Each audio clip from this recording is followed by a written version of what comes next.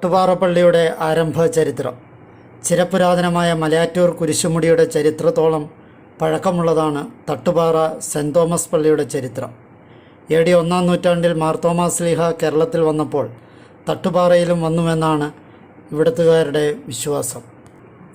AD 52-ൽ ക്രിസ്തുശിഷ്യനായ Marthoma ശ്ലീഹ കൊടുങ്ങല്ലൂരിലെത്തി കേരളത്തിൽ 7 പള്ളികൾ സ്ഥാപിച്ച ശേഷം മലയാറ്റൂരിലൂടെ കടന്നുപോകുന്ന ഒട്ടകപ്പാതയിലൂടെ പാണ്ഡ്യരാജ്യത്തേക്ക്, അതായത് തമിഴ്നാട്ടിലേക്ക് പോയി ചിന്നമലയിൽ വെച്ച് ശൂലത്താൽ കുത്തേറ്റ് രക്തസാക്ഷിയായി മരിച്ചു. പഴയ ആ ഒട്ടകപ്പാത തട്ടുപാറയിലൂടെയാണ് മലയാറ്റൂരിലേക്ക് പോകുന്നത്. തട്ടുപാറയിലെത്തിയ തോമാശ്ലീഹ അവിടെ വിശ്രമിച്ചുവെന്നും പ്രാർത്ഥിച്ചുവെന്നും പഴമക്കാർ വിശ്വസിച്ചു പോരുന്നു. പാറയിൽ പതിഞ്ഞ തോമാശ്ലീഹയുടെ കാൽപാദം മലയാറ്റൂർ കുരിശുമുടിയിൽ ഉള്ളതിനേക്കാൾ വ്യക്തമായി പതിഞ്ഞിട്ടുള്ളത് തട്ടുപാറയിലാണ്. തോമാശ്ലീഹയുടെ കാൽപാദം പതിഞ്ഞ പാറയുടെ അരികിലായി നിർമ്മിച്ച പുരാതന ദേവാലയമാണ് തട്ടുപാറ പള്ളി.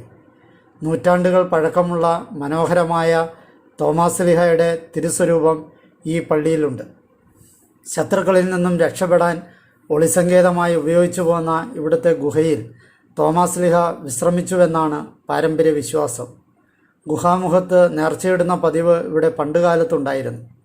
ഈ പള്ളി പണിയുവാൻ തിരുനെൽവേലി, തൃശ്ശിനാപ്പള്ളി പ്രദേശങ്ങളിൽ നിന്നും വിദഗ്ധ ശില്പികൾ വരികയും അതിൽ പ്രധാനിയായിരുന്ന പാണ്ഡ്യനാശാൻ തട്ടുപാറയിൽ തോമാശ്ലീഹയുടെ ഒരു ദർശനം കണ്ടുവെന്നും പിന്നീട് പാണ്ഡ്യനാശാൻ ജീവിതകാലം മുഴുവൻ പള്ളിയുടെ അടുത്ത് ഒരു ഷെഡുണ്ടാക്കി അതിൽ താമസിക്കുകയും പള്ളിയിൽ ഭജനമിരിക്കുകയും ചെയ്തു.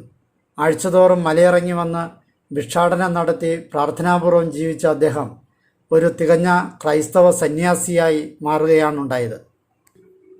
ഇവിടുത്തെ ചരിത്ര പ്രാധാന്യം പരിഗണിച്ച് ജൂലൈ 3-ാം തീയതി ഇവിടെ വിശുദ്ധ കുർബാന ചൊല്ലിപ്പോന്നു. ബഹുമാനപ്പെട്ട സ്റ്റീഫൻ കണ്ടത്തിൽ അച്ഛൻ മേരിഗിരി പള്ളിയുടെ വികാരിയായിരുന്ന കാലത്ത് ഇപ്പോഴുള്ള പള്ളിയുടെ പണി പൂർത്തിയാക്കി. മാർ ആൻ്റണി പടിയറ ആശീർവദിക്കുകയും ചെയ്തു. ബഹുമാനപ്പെട്ട തരിയൻ മുണ്ടാടനച്ഛൻ്റെ നേതൃത്വത്തിൽ തട്ടുപാറ അടിവാരത്തിൽ ഒരു കപ്പേള പണിതു.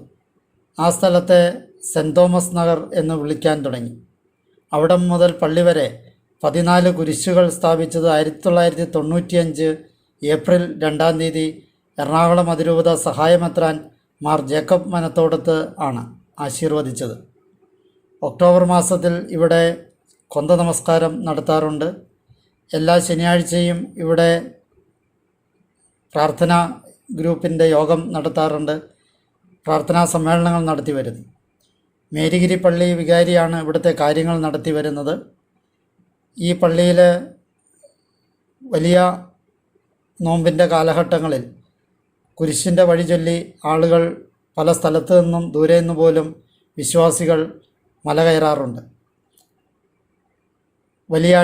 വലിയ നോമ്പ് കാലത്ത് ഇവിടെ ബൈബിൾ കൺവെൻഷൻ കുറച്ച് വർഷങ്ങളായി നടത്തി വരുന്നു. ആദ്യത്തെ കാലഘട്ടത്ത് തന്നെ തോമാശ്ലീഹയുടെ ഒരു തീർത്ഥാടന കേന്ദ്രമായിരുന്ന തട്ടുപാറ പള്ളിയിലേക്ക് കേരളത്തിൻ്റെ നാനാഭാഗത്തു നിന്നും തീർത്ഥാടകർ എത്തിയതുകൊണ്ട് തൊട്ടടുത്തുള്ള ഫൊറോന പള്ളിയായ മഞ്ഞപ്പറ പള്ളിയേക്കാളും നേർച്ചപ്പണം ഇവിടെ കൂടുതൽ കിട്ടിത്തുടങ്ങി എന്നറിഞ്ഞ അന്നത്തെ തിരുവിതാംകൂർ രാജാവിൻ്റെ ദിവാനായിരുന്ന സർ CP രാമസ്വാമി അയ്യർ തട്ടുപാറ പള്ളിയുടെ വരുമാനവും പരിസര പ്രദേശങ്ങളും കണ്ടുകെട്ടുവാൻ തീരുമാനിച്ചു. എന്നാൽ അദ്ദേഹത്തിൻ്റെ ലീഗൽ സെക്രട്ടറി ആയിരുന്ന നടുവത്തശ്ശേരി വക്കീൽ ഈ ദേവാലയത്തിൻ്റെ പ്രശസ്തിയും പ്രാധാന്യവും രാജാവിന് ബോധ്യപ്പെടുത്തുകയും രാജാവ് ഈ പള്ളിക്ക് പട്ടയവും ചുറ്റുമുള്ള സ്ഥലത്തിന് കൈവശാവകാശവും നൽകുകയും ചെയ്തു. അന്ന് അളന്ന് തിട്ടപ്പെടുത്തിയതിൻ്റെ തെളിവായി പള്ളിയുടെ ചുറ്റും പാറയിൽ പതിപ്പിച്ച രാജമുദ്രയായ 3 ശംഖിൻ്റെ അടയാളങ്ങൾ ഇപ്പോഴും ഇവിടെ കാണാവുന്നതാണ്. തട്ടുപാറ പള്ളിയുടെ പരിസരത്തുള്ള പ്രദേശങ്ങൾ പാറമടകൾ ഉണ്ടാവുകയും ക്വാറികൾ രൂപപ്പെടുകയും ചെയ്ത്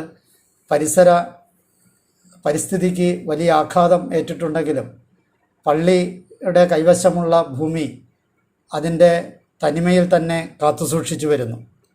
ഇവിടെ പ്രകൃതി മനോഹാരിത ഏറെയുള്ള സ്ഥലം കൂടിയാണ്.